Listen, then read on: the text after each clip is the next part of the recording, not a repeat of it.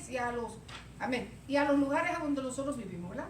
Permítame saludar a los hermanos que están conectados con nosotros, Dios les bendiga.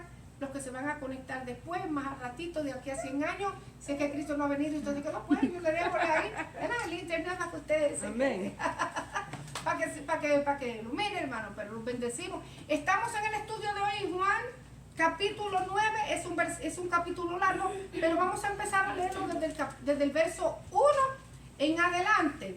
Y le estaba diciendo a los hermanos que están aquí congregados, que estamos aquí reunidos, que yo voy a darle un enfoque un poquito distinto al que el expositor nos está dando.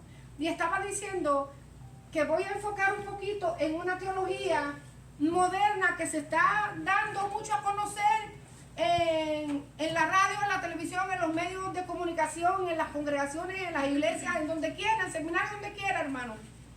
Y a veces nosotros los creyentes nos dejamos llevar y decimos que sí, que está bien, eso es así, por no escudriñar y por no leer lo que nos dice la Escritura. Y es acerca de las maldiciones generacionales.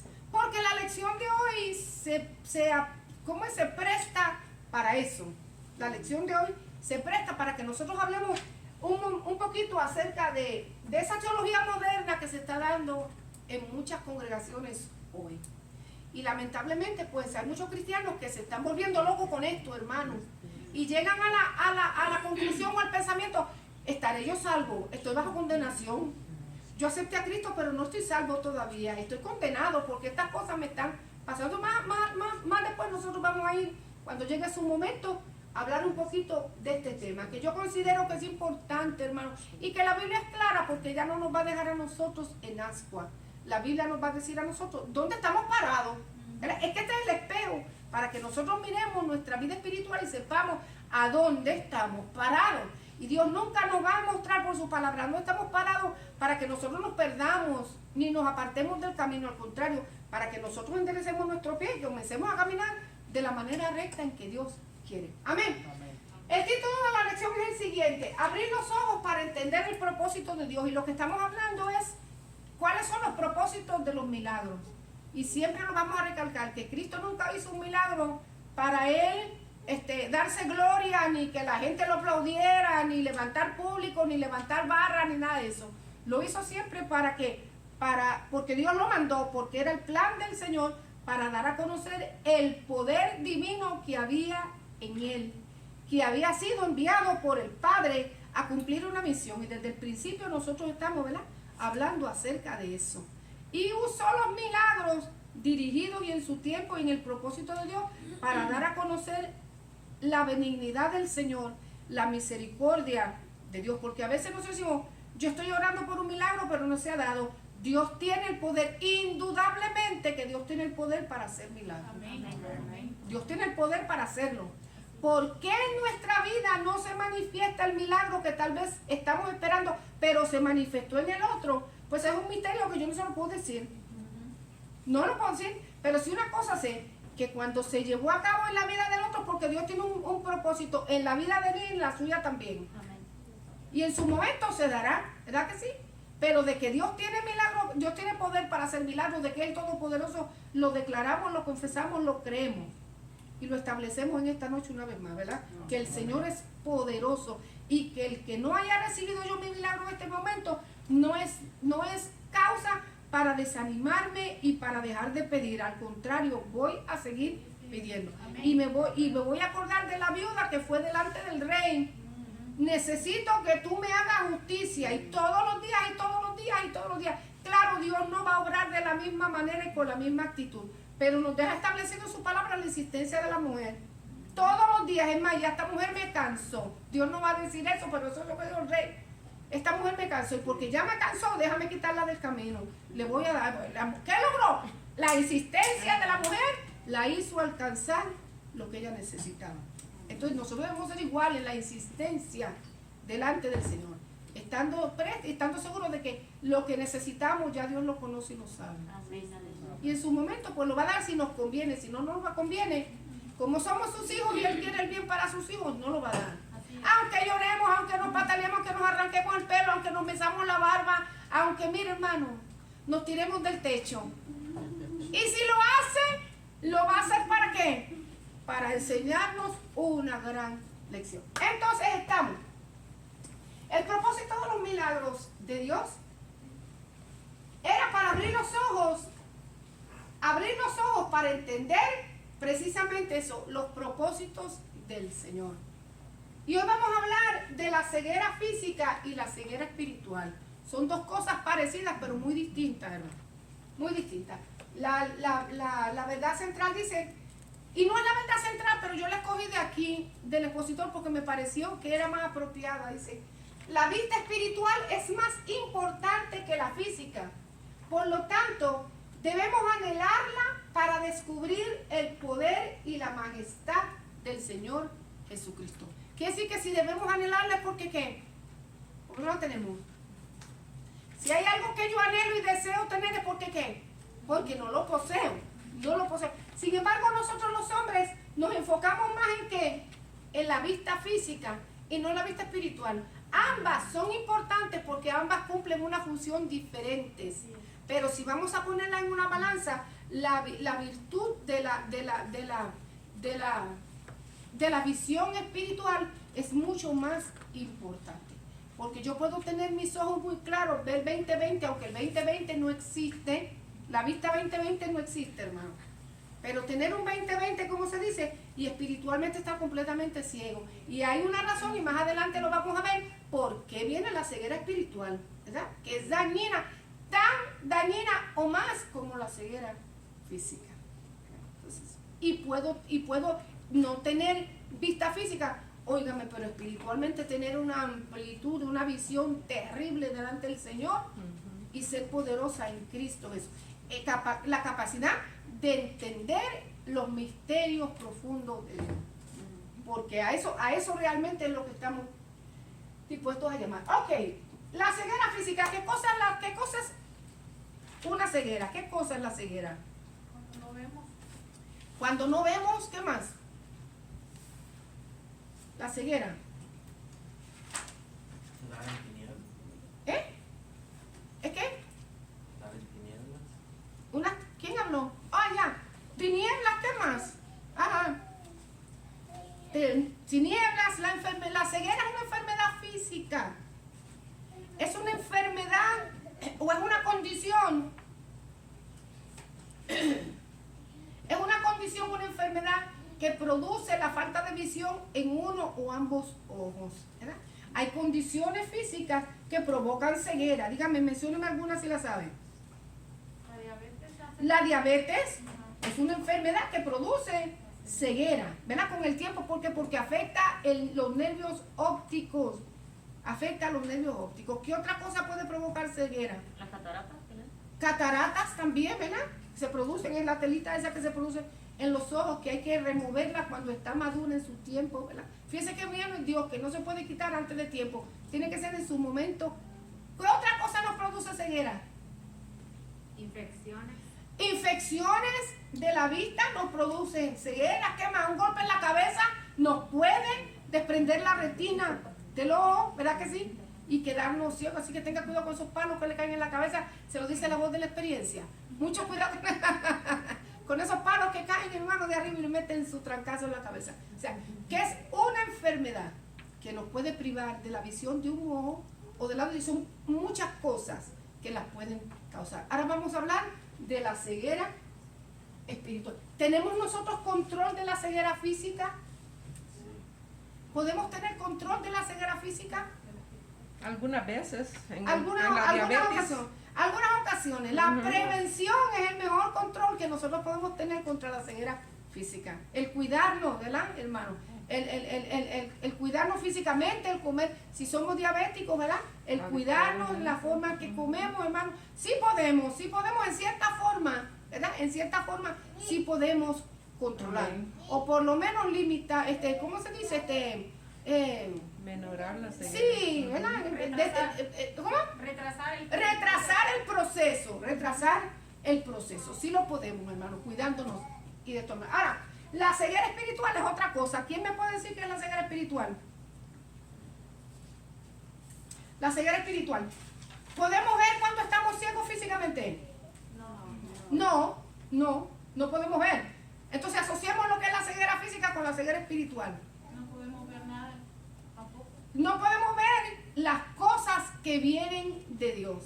¿Verdad que sí? La ceguera espiritual es la condición de aquellas personas que no pueden ver a Dios, y no solamente no pueden ver a Dios, y no estoy hablando de ver a Dios físicamente, sino su obra, sus maravillas, ni tampoco pueden comprender el mensaje que se habla a través de la palabra, ni tampoco pueden percibir su obra divina. Están completamente vedados. Es como si tuvieran una venda en los ojos y estuvieran ciegos físicamente. No les permite. La Biblia dice que el hombre espiritual discierne las cosas espirituales por el Espíritu. Mientras ese hombre no ha tenido un encuentro espiritual con el Señor y ha sido avivado en el Espíritu, no puede entender las cosas que vienen de ser. ¿Cuál es la causa de la ceguera espiritual? No orar, no estudiar. No puede, en cierto sentido, no orar, en cierto sentido, porque el hombre que no es espiritual no se ocupa de la oración. Y entonces solamente tenemos visión espiritual cuando hemos sido avivados en el Espíritu. Acuérdense que el hombre que no tiene a Cristo, ¿cómo está? ¿Cuál es su condición? Muerto en su delito y su pecado. De Dios no entiende nada. Al contrario, las cosas de Dios le parecen una estupidez. Y perdónenme ustedes la expresión. Le parecen cosas como de loco. Yo no tengo... Es algo que ellos no pueden comprender porque su entendimiento espiritual está vedado. No ve, no entiende, no conoce, no percibe. Por eso es tan importante, y otras veces se lo he enseñado, que cuando se está predicando la palabra, nosotros oremos y le pidamos al Señor que esa venda sea quitada para que el entendimiento venga en un momento dado y ellos puedan comprender las cosas que son relacionadas a la fe, lo que concierne a la vida espiritual, que eso solamente lo puede revelar el Espíritu. Mientras tanto, usted le habla, no entiende. ¿Y por qué tú vas tanto a la iglesia? ¿Y por qué tú haces tanto esto?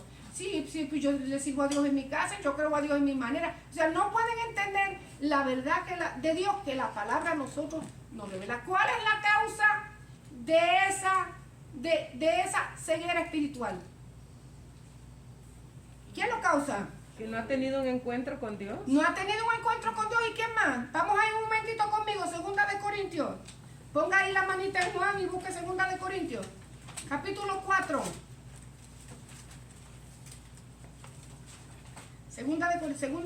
Epístola a Corintios, capítulo 4. Versos 3 y 4. Segunda epístola de los Corintios, versos 3 y 4. ¿Lo tienen? ¿Cuál es el capítulo? ¿Lo tienen? Segunda epístola a los Corintios, capítulo 4, versos 3 y 4 dice: pero si nuestro evangelio, o sea, hablando del evangelio de Jesucristo, que Pablo lo hizo suyo porque Dios le dio a él que lo fuera y lo predicara donde quiera que fuera. Si nuestro evangelio está aún encubierto entre los que se pierden, pero está encubierto entre los que se pierden, está encubierto. En los cuales el Dios de este siglo, ¿qué hizo? Cegó el entendimiento de los incrédulos. ¿Para qué? Para que no le resplandezca la luz del evangelio de la gloria de Cristo, el cual es la imagen de Dios. Porque no predicamos a nosotros mismos, sino a Jesucristo como Señor, y a nosotros como siervos por amor de Jesús. Porque Dios, que mandó que de las tinieblas resplandece la luz, es el que resplandeció en nuestros corazones. ¿Para qué? Para iluminación del conocimiento. O sea, el diablo, el Dios de este siglo, se ha encargado de cegar el entendimiento a los hombres. Ceguera espiritual. ¿Para qué? Para que viendo vean, para que escuchando no escuchen, y para que no entiendan. Es más, la Biblia, en alguna parte de la Biblia, al menos que dice que lo cauterizó, le quemó el entendimiento. ¿Para qué? Usted sabe lo que es cauterizar, ¿verdad que sí? En una operación usan un bisturí que tiene, ¿verdad?, otra función, que aparte de cortar, va quemando para evitar sangramiento. Va quemando para evitar sangramiento. Es que si lo vamos a llevar a la verdad espiritual, el diablo lo que hace es que va cortando y va quemando para que nosotros no entendamos. Se queda la cicatriz, ¿verdad? Ese tejido queda cicatrizado. No es que no tenga sensibilidad, pero usted lo toca y que está ahí. No tiene ninguna función. ¿Verdad que sí? Tiene que pasar por un proceso de sanación. Entonces, la Biblia dice que el Dios de este siglo llamado Satanás cegó el entendimiento para que no entendamos la verdad de Dios. Por eso es que cuando la palabra es predicada, la función del Espíritu Santo es guiarnos a toda verdad y a toda justicia. El Espíritu Santo se ocupa de tomar la mente y hacer que esa verdad de Dios la podamos nosotros los hombres entender. Y cuando la entendemos, yo le he enseñado a ustedes un montón de veces que nos lleva a tomar una decisión, sea buena o sea mala, o aceptar el Evangelio y recibir a Cristo como nuestro Salvador, o rechazarlo y seguir viviendo en tinieblas. No hay una segunda oportunidad porque nosotros somos tan benévolos. Yo espero y oro que Dios te dé una oportunidad, que sabemos si se va a morir esta noche o no. ¿Vio? Y esa fue la última oportunidad que nosotros no sabemos. Lo que necesitamos es que interceder para que cuando esa verdad sea hablada, la gente pueda entender y comprender y tomar una decisión. Ya no es nuestra responsabilidad la decisión que el ser humano toma. Eso es entre él y Dios. Entonces, pero de que estamos ciegos porque nada más hay que mirar alrededor para que veamos cómo la gente vive. Para que miremos la forma en que la gente vive, hermano. De una manera terrible que nosotros, como hemos tenido un encuentro contigo, nos asombramos y nos escandalizamos y decimos, qué cosa más terrible, pero para ellos no importa lo malo que sea, eso es normal. Eso es normal. ¿Por qué? Porque ellos no tienen ese entendimiento que tenemos nosotros. Cuando tenemos la relación con el Señor, comenzamos a leer la palabra y vamos entendiendo lo que Dios tiene para cada uno de nosotros. Ok. Lo que vamos a estudiar hoy también, el sufrimiento es el fruto del pecado en el mundo. El sufrimiento es el fruto del pecado en el mundo. Pero no todo el que sufre hambre o enfermedad es por causa de su pecado. ¿Estamos claros? El sufrimiento es el fruto del pecado. Y la Biblia lo enseña desde el principio. Desde que Adán y Eva pecaron. Por causa tuya será maldita la tierra. La palabra con maldición. Palabra maldición. Será maldita la tierra. ¿Qué quiere decir la palabra maldición? Porque para otras culturas maldición quiere decir una mala palabra. Y está bien, también el diccionario lo dice así. Pero ¿qué es una maldición? ¿Qué es una maldición?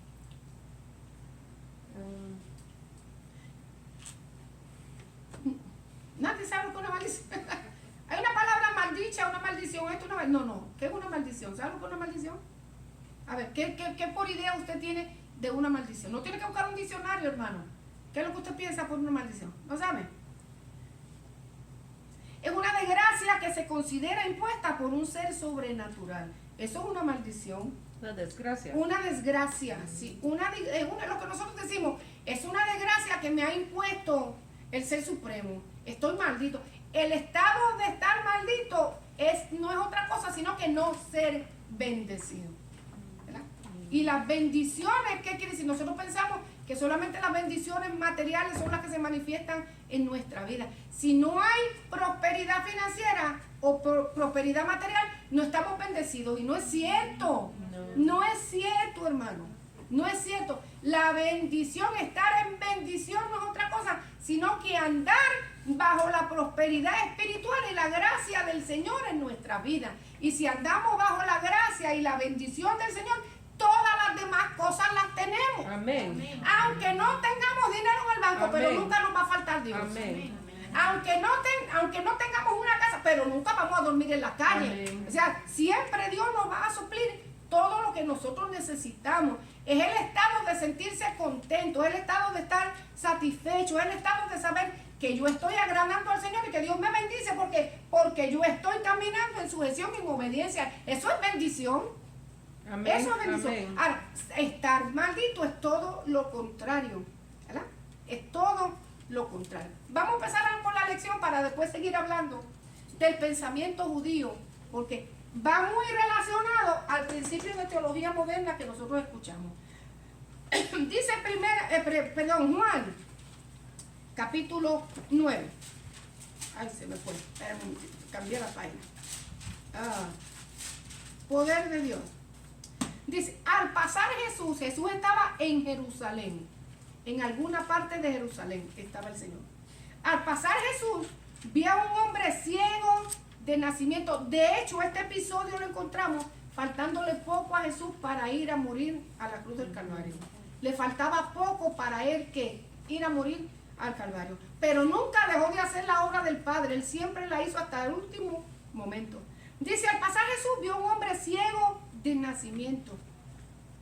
Y le preguntaron sus discípulos diciendo, Rabí, ¿quién pecó, este o sus padres, para que haya nacido ciego?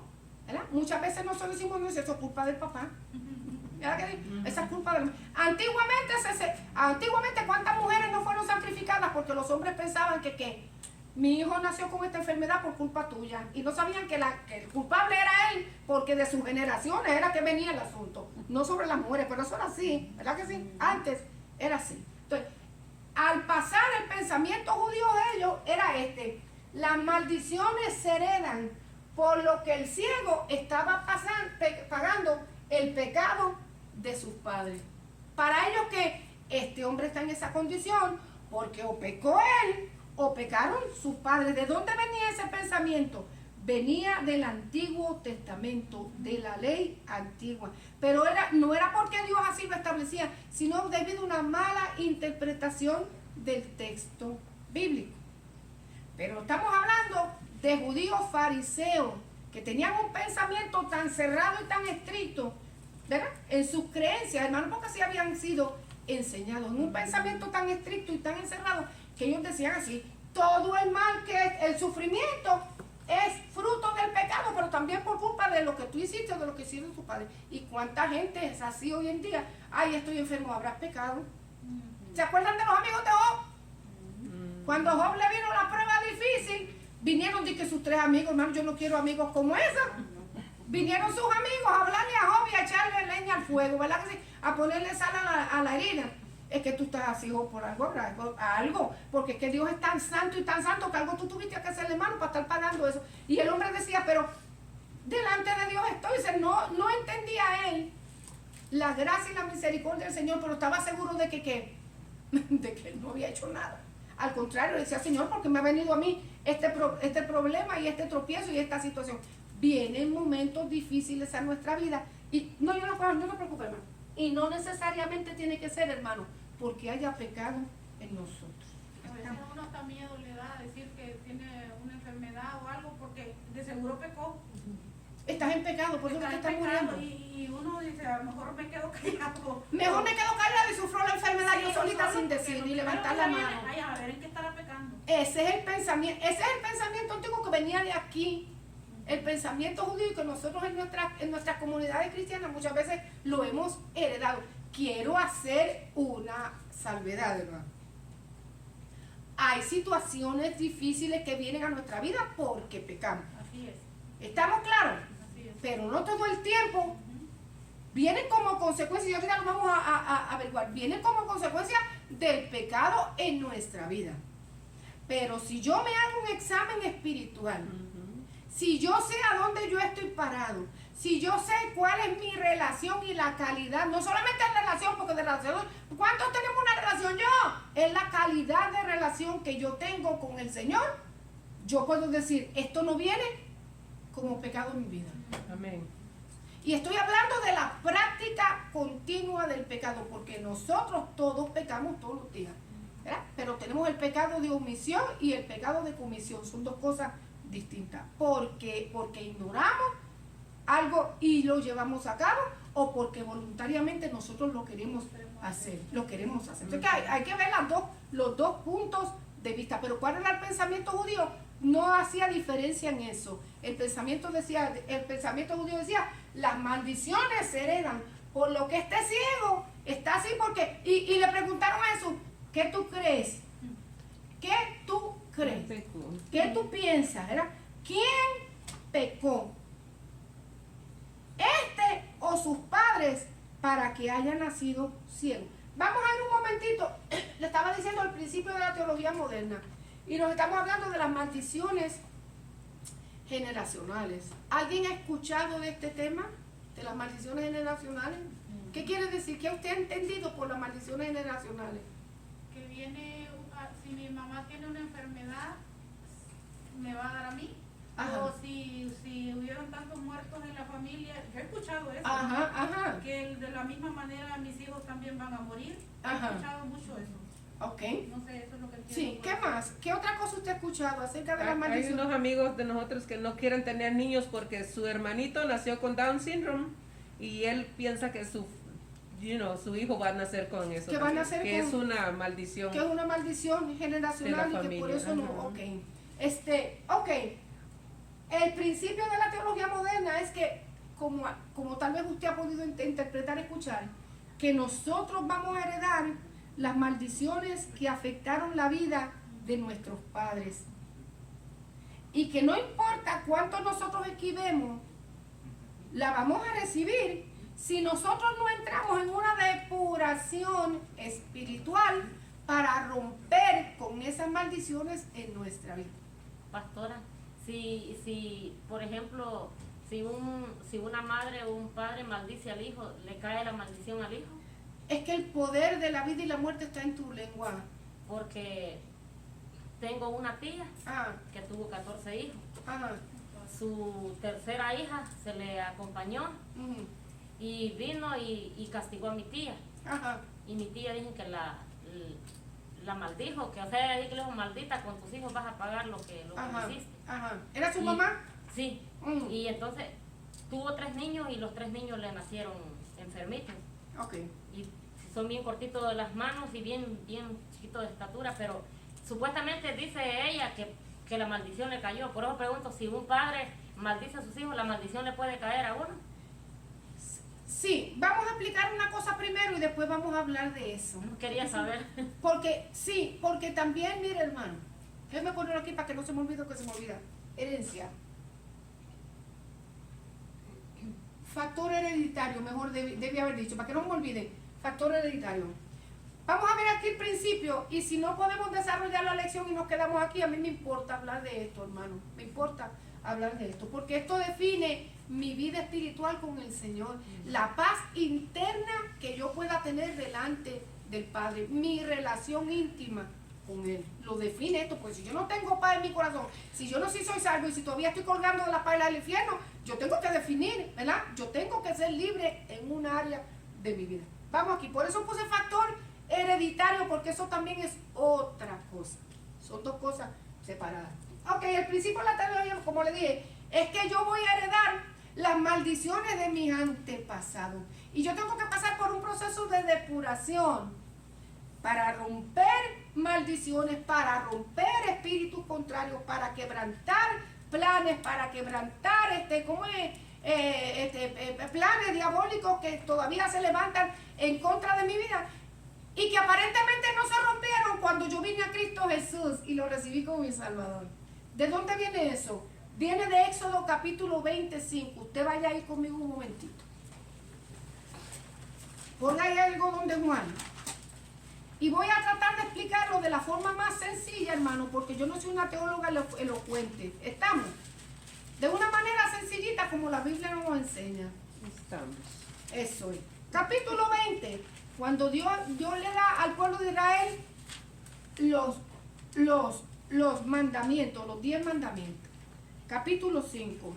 Vamos a leer desde el verso 4, perdón, capítulo 20 del verso 4. Ajá.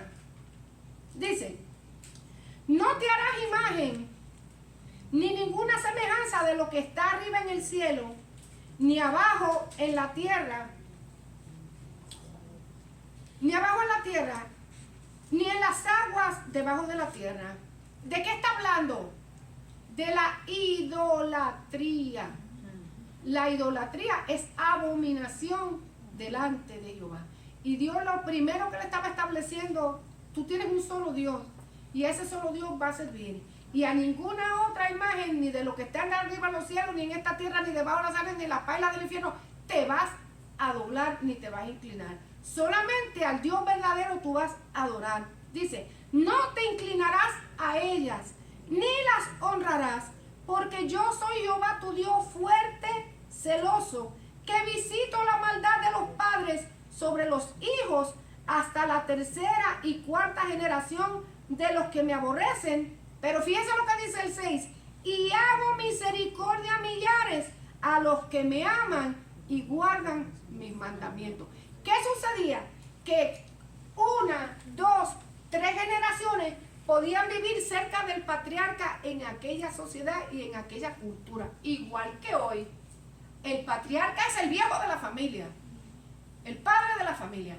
Pero ahí muchas veces vive el padre, los hijos, los nietos, los bisnietos, y si llega un tataranieto también se acomoda en la casa.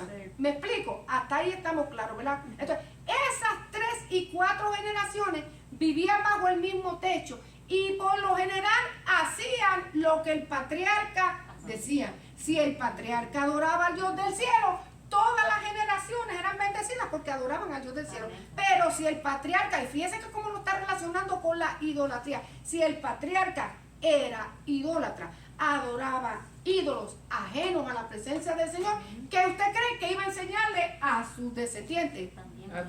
A adorar ídolos y a quemar incienso a los dioses paganos y a sacrificar a sus hijos y a hacer cuantas cosas. ¿Por qué? Porque lo aprendí. Entonces, aprendí a la primera, yo enseño a mi hijo. El hijo por lo general enseña a quién? A su hijo. Y el hijo, hasta yo lo aprendí de mi papá, que es mi abuelo. Voy entonces a hacer lo mío. Por eso era que Dios visitaba que con maldición la primera, la segunda, la tercera, y no digo yo la cuarta, todas las demás generaciones que vivieran abajo de ese mismo techo y que hicieran las mismas costumbres que hacían los demás. En otros lugares de la escritura nosotros encontramos lo mismo. Por ejemplo, en Deuteronomio, capítulo 27 y 28, no lo vamos a leer porque son unos capítulos largos, pero se los voy a dejar a ver de tareita, a ver si es verdad que lo leen.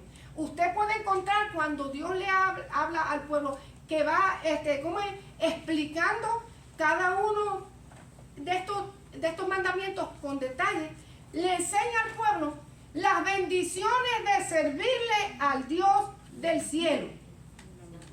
¿La ha leído? ¿Alguna vez lo ha leído? Todas las bendiciones. Bendito serás en tu entrada y tu salida. Bendito serás cuando te acuestes y estés en el campo. Bendita la vaca que tienes. No va a malparir nunca. La gallina va a poner 1000 huevos a la misma vez. Bueno, eso fue una exageración mía, pero sí es. ¿Oye?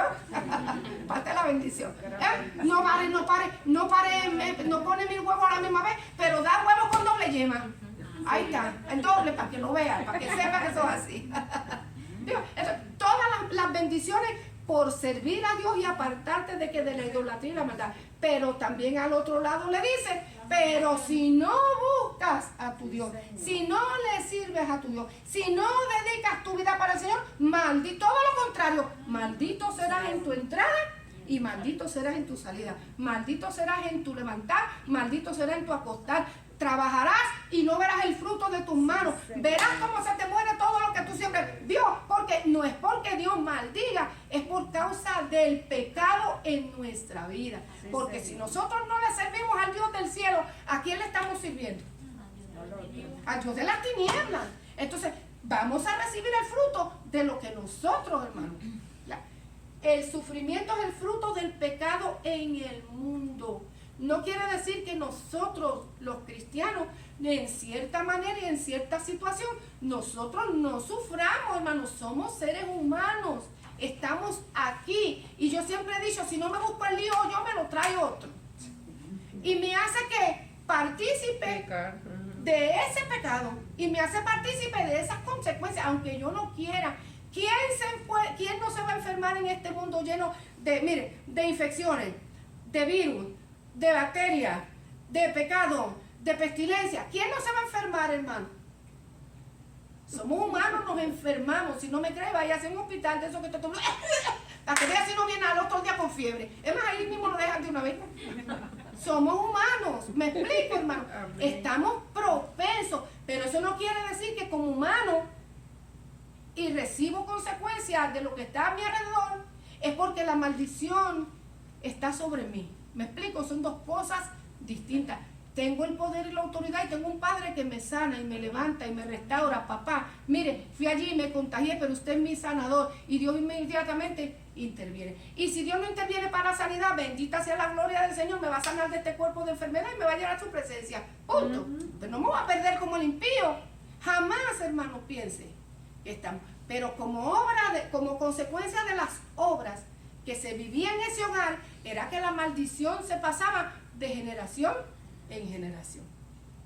Ahora Dios mismo en su palabra establece que el justo no paga igual que el impío. Vaya conmigo aquí a Ezequiel, capítulo 18. Vamos a leerlo. Por buscarle algunos, hermanos. Ezequiel capítulo 18.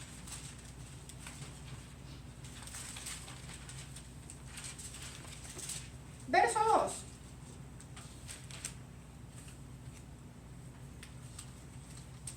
¿Lo tiene ahí? Escríbalo para cuando usted oiga este pensamiento, usted se va a refutar con la palabra. Porque el que está en Cristo, nueva criatura es. Y si el Hijo los libertare, seréis verdaderamente libres. Dice, vino palabra de Jehová diciendo, ¿qué pensáis vosotros, los que usáis este refrán sobre la tierra de Israel, que dice, los padres comieron las uvas agrias y los dientes de los hijos tienen la dentera? ¿Qué quiere decir eso? El padre peca y los hijos son los que pagan las consecuencias. Vivo yo, dice Ezequiel. Dice Jehová. Ahí está. No dijo Ezequiel, vivo yo, dice Jehová. El Señor, que nunca más tendré por qué usar este refrán en Israel. He aquí todas las almas son mías, como el alma del Padre, así también el Hijo es mío. El alma del Hijo es mío. El alma que pecare, Esa morirá. esa morirá. O sea que no va a pagar el Padre las consecuencias de los hijos, ni el Hijo las consecuencias de los padres. Pero sí lo va a pagar si ambos viven en el mismo carretón. Si ambos van en el mismo barco, sí las pagan de la misma manera. ¿Por qué? Porque yo voy a hacer. Va a ver Jeremías, antes de seguir al otro lado. Jeremías capítulo 31. A ver, Jeremías 31. Verso 29. En aquellos días, Jeremías capítulo 31, verso 39. No dirán más, los padres comieron las uvas agrias y los dientes de los hijos tienen la dentera, sino que cada cual morirá por su propia maldad. Los dientes de todo hombre que comieran las uvas agrias tendrán la dentera. O sea, quiere decir que Dios dio la palabra, pero también dio la aclaración de la misma. No hay una maldición generacional sobre los hijos de Dios. ¿Por qué? Porque en el momento en que yo vengo a Cristo, Cristo se hizo maldición por mí. Amén. Cristo se hizo maldición por mí. ¿Qué dice la Escritura? Maldito todo aquel que colgare de un madero. Y la Escritura dice que Cristo se hizo maldición por mí. Y ahorita vamos a verlo. Entonces, ¿qué pasa con lo de Mayra? Aquí está lo de Mayra. Es el factor hereditario. La Biblia nos enseña a nosotros que el poder de la vida y la muerte está en mi lengua. Las palabras que yo diga o pueden ser de bendición o pueden ser de maldición. ¿Por qué? Porque van como flecha, como punta de lanza cuando salen de mi boca, especialmente si van con enojo, con ira y contienda. Nosotros a veces no entendemos el poder que tienen nuestras palabras. Por eso a veces en la ignorancia y a veces a toda consecuencia y a sabiendas, nosotros lanzamos palabras y no medimos las consecuencias de las cosas. Que acuérdense que nosotros nos movemos en un mundo espiritual porque somos ente espiritual. A lo mejor el día ya dice, está loca, ¿qué es lo que está loca? Porque él no entiende las cosas que yo puedo entender por la palabra. Entonces, cuando yo profiero, y más cuando es un padre, no dice la Biblia, no maldecirás a tu padre ni maldecirás a tu madre. Ni por el contrario, los padres están llamados a bendecir a sus hijos. Amén. Claro que la fuerza de la palabra, que es como punta de lanza, que es como maldición que quebra.